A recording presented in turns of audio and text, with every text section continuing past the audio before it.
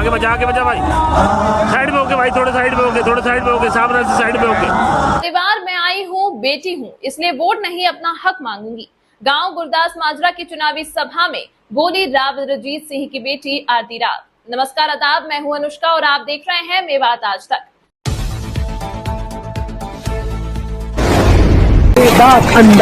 अकेले गुरदास माजरा में कराया 22 करोड़ के विकास कार्य।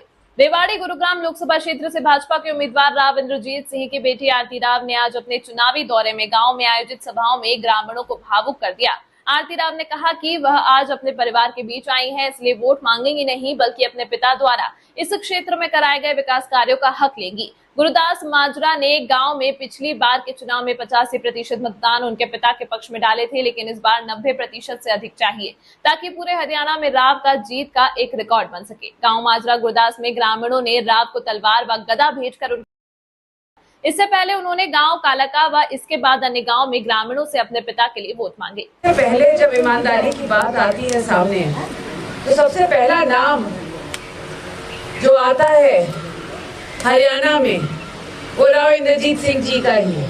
आरती राव ने कहा कि उनके पिता पिछले 45 सालों से राजनीति कर रहे हैं और दक्षिणी हरियाणा का एक एक व्यक्ति यह जानता है कि उनके इस लंबे राजनीतिक करियर में कभी भी उन पर भ्रष्टाचार का आरोप नहीं लगा है। उनकी छवि हमेशा बेदाग रही है, यहाँ तक कि विपक्ष को भी कभी उनकी बेदाग छवि पर सवाल उठाने का मौका नहीं मिला। आरती राव ने कहा कि उनके पिता का एक ही सपना होता है कि जिस प्रकार इस क्षेत्र के लोगों ने उन्हें प्यार करके हर बार लोकसभा में भेजते हैं, ठीक उसी प्रकार वह भी अपनी भावनाओं व जरूरतों का ख्याल रखे। यही कारण है कि उन्होंने ग्रामीण क्षेत्र में करोड़ों रुपए की लागत से विकास कराए। अकेले गांव गुरदास माजरा की बात करें तो यहाँ 22 करोड़ 11 लाख रुपए की लागत से विभिन्न विकास कार्य कराए, जो कि बड़ी बात है। आरती राव ने कहा कि राव के दिल में हमेशा एक टीस होती है कि आखिर किस तरह से इस क्षेत्र को विकसित बनाया जाए। इसी सोच के साथ उन्होंने काम किया और एम्स जैसी बड़ी सौगात यहाँ लेकर आए। चूंकि वह केंद्र में मंत्री हैं और केंद्र से ही बड़ी योजना चलती है, इसलिए बेशक एम्स लाने में क्षेत्र के लोगों का भी सहयोग रहा है, लेकिन उनका वकील बनकर उन्होंने बड़ी पैरवी की है। इतना ही नहीं, एम्स का शिलान्यास करने के लिए उन्होंने पीएम तक को यहाँ बुला दिया और अब उद्घाटन भी प्रधानमंत्री नरेंद्र मोदी के हाथों ही कराएंगे। और ये बहुत फख्र की बात है हम हरियाणवियों के लिए, हम दक्षिण हरियाणवियों के लिए, कि हमारा नेता बिल्कुल बेदाग है, साफ छवि वाला है। आपके लिए वोट मांगूंगी तो राव साहब ने मेरे को सीधी बोली, देख ये इलेक्शन विकास कार्यों पे होना है।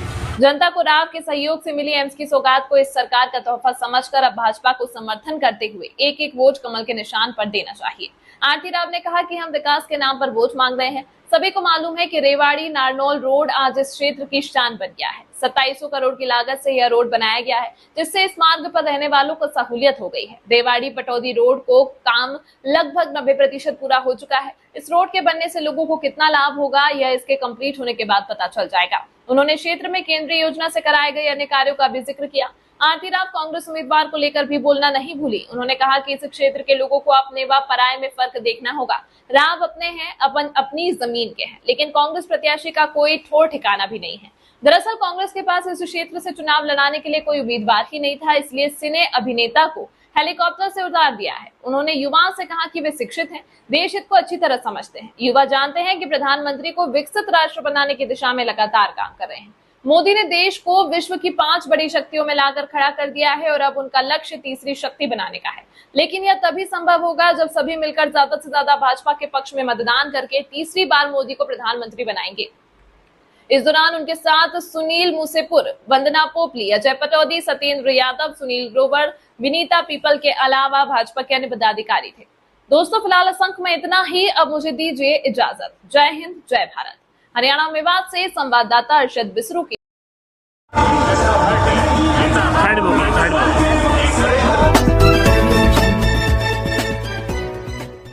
दोस्तों, सबसे पहले हमारी खबर देखने के लिए सब्सक्राइब कीजिए मेवात आज तक चैनल को और साथ में दबाइए बेल आइकन।